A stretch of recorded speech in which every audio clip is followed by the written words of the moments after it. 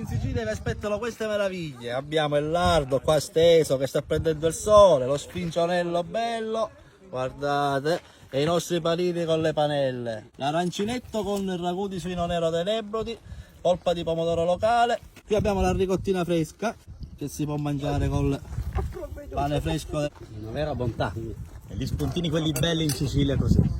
Aria aperta, eccellenze della nostra terra e un morso di gioia. Fateci sapere da dove ci state guardando. Oggi vi presento il canzoncino di farina tenero con all'interno pancetta coppata tagliata a punta di coltello e mozzarella fior di latte.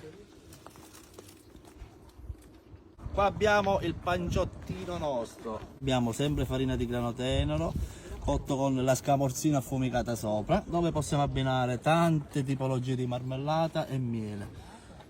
Per esempio a molti piace col miele, millefiori, sempre produzione locale.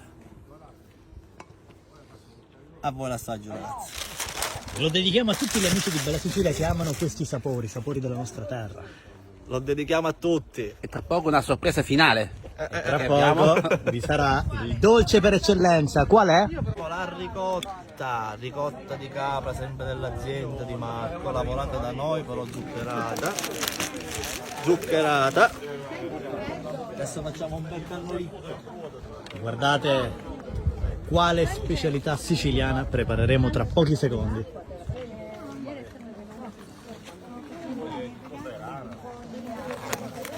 Parli di queste cialde, come sono state Queste preparate? sono le cialde che facciamo noi all'antica, ricetta di mia suocera. La sveliamo questa ricetta? No, è impossibile. Se lo chiede a mia figlia lei lo sa. Gli ingredienti? Principale? La pasta. E il avvolto nel cannolo di legno antico. Come a voi. Mettiamo pure di sopra. A voi l'assaggio, ragazzi. Quindi abbiamo, dice cosa abbiamo?